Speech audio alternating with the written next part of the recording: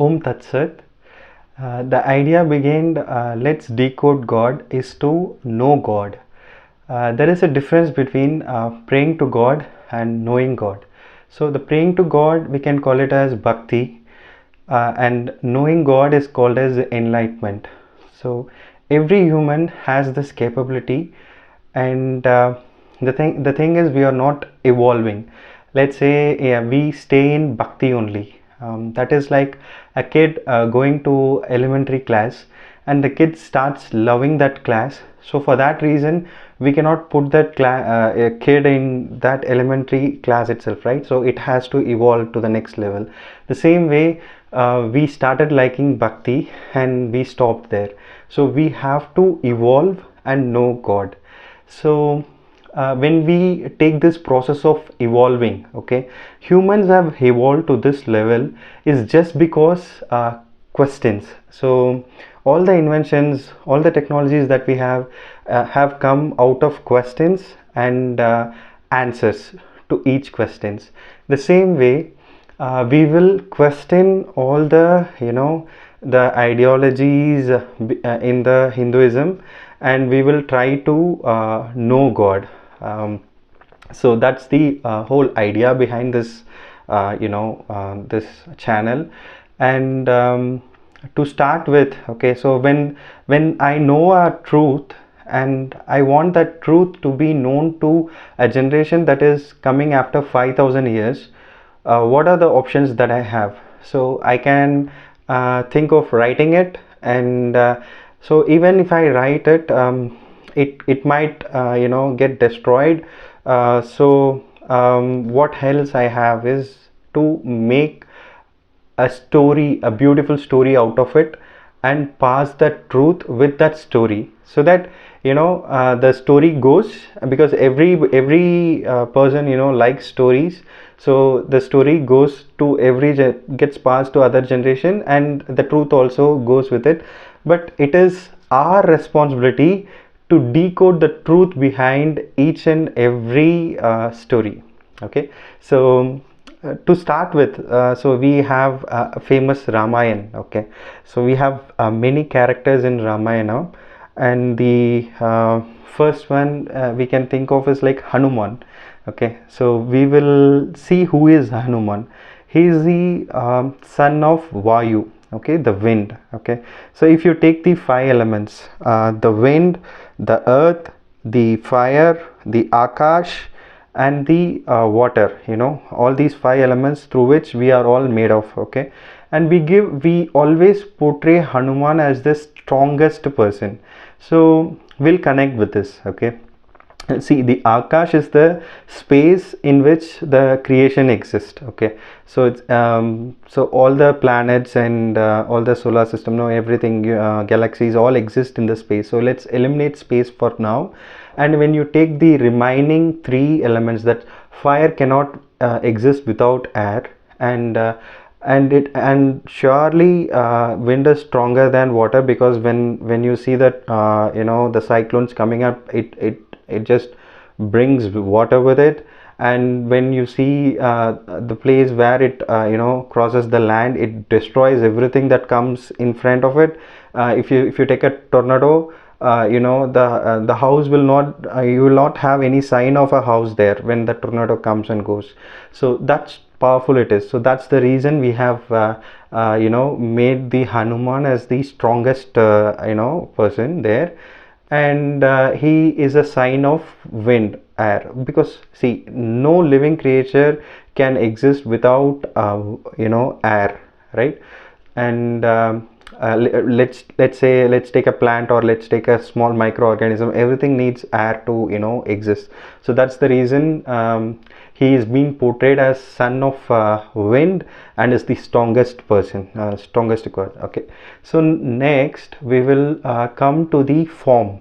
So we have given a monkey form to Hanuman. So let's see why this is, and what's the truth behind this. Okay, for an average human, if you take, he gets 60,000 thoughts per day. Okay, and it's mind cannot exist without thoughts. So when you are awake, you the mind will exist with thoughts, and when you go to sleep, the mind will go into the memory that you have, and that is why you get dreams. Okay, so you get dreams there. So the mind always exists. Okay, and it will be jumping from one place to another just like a monkey.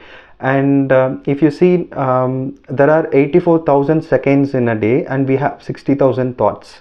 And if you take away like 6 to 7 hours in sleep, you do the math, and you will end up with like one thought per second. So this second I can think of my cousin staying in Canada, or my friend staying in Singapore, or I can think of a person next door, or anything. Like I can think of next day's work, I can think of the food that I have eaten. So it keeps jumping. Okay, so that's the reason we have to compare this mind with the monkey. Okay, and if you see in the story, the monkey becomes a supreme god. Okay, not just god, supreme god, is because what it does is it sits in a place and starts meditating, and it starts saying Ram Ram, and out of love and devotion, it gets all power. So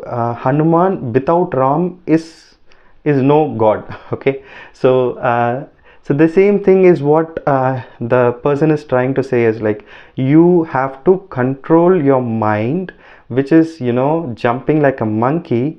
And when you start meditating, that is when you can feel the god inside you. Okay, so that's the whole idea about the form that we have. And let's say in the story, the Hanuman takes a smallest form, and he can be a normal form, and he can also be the tallest and the strongest. He can lift mountain, Sanjeevani mountain and all. Okay, so he can be a strongest form. So basically what is put forth here is, you take up any weightlifting video. Okay, what that person does is he takes up more air, lifts the weight, holds the breath there until he holds the weight, releases the weight and releases the air.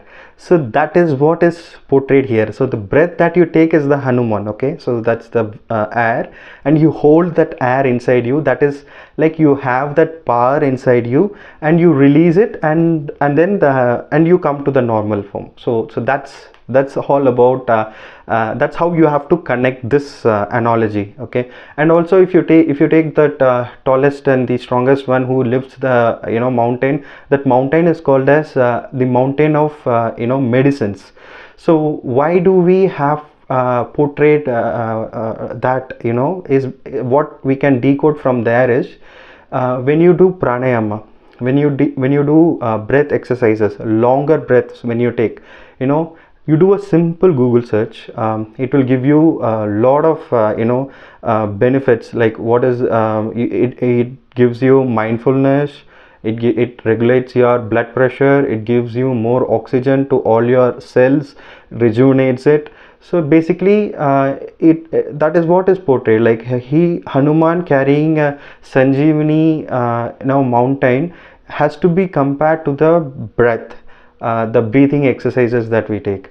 So like this, when you take each and every character in Ramayana, it is telling you some subtle truth. Okay, and when you take this smallest form, that is when he goes to the Pada Log and brings Ram and Lakshmana. Okay, so and comes to this world, this earthly world. Okay, so with this truth alone, I'll be able to put a video. Okay, so there's a lot of content in that, taking a small form and going down. So that is similar to what we take. Like the smallest breath that we take is the smallest form of Hanuman, the normal breath, that is the normal form of Hanuman, and the strongest and the tallest one, you have to compare that with the pranayama. Okay, so Next time when you see a god, or when your kid asks, why do we want to worship this god Hanuman, you have to say all these you have to answer them. If they ask us, how can a person can become so tall, so it's not.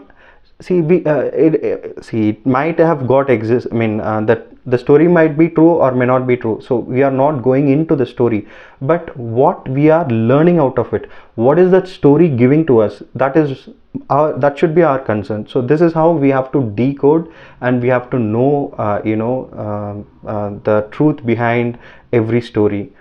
Okay, so that's the effort that I want to put in this channel.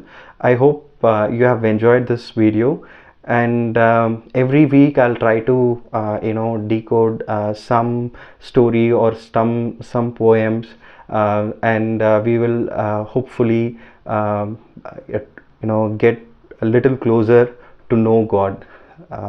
Thank you.